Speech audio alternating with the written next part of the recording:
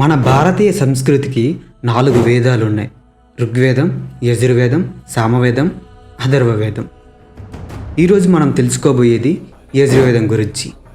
వేదం అంటే జ్ఞానం. ఆ జ్ఞానంలో యజ్ఞ సంబంధమైన మర్మమును బోధించేదే యజుర్వేదం.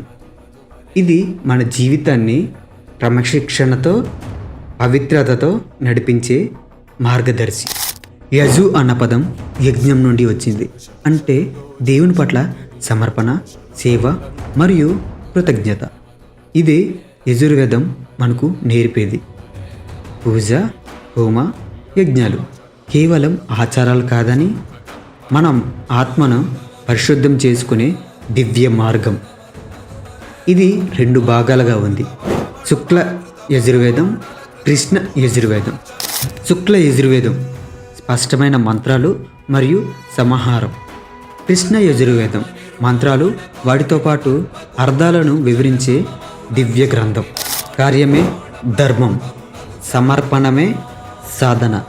మనం చేసే ప్రతి కర్మలో దేవుణ్ణి స్మరించగలిగితే అదే యజ్ఞం, అదే యజుర్వేద సారాంశం. శుక్ల యజుర్వేదం గురించి, అలాగే కృష్ణ యజుర్వేదం గురించి నెక్స్ట్ వీడియోలో తెలుసుకుందాం. ధర్మహిత ఛానల్ని సబ్స్క్రైబ్ చేసి పెట్టుకోండి. ఓం శాంతి, ఓం శాంతి, శాంతి.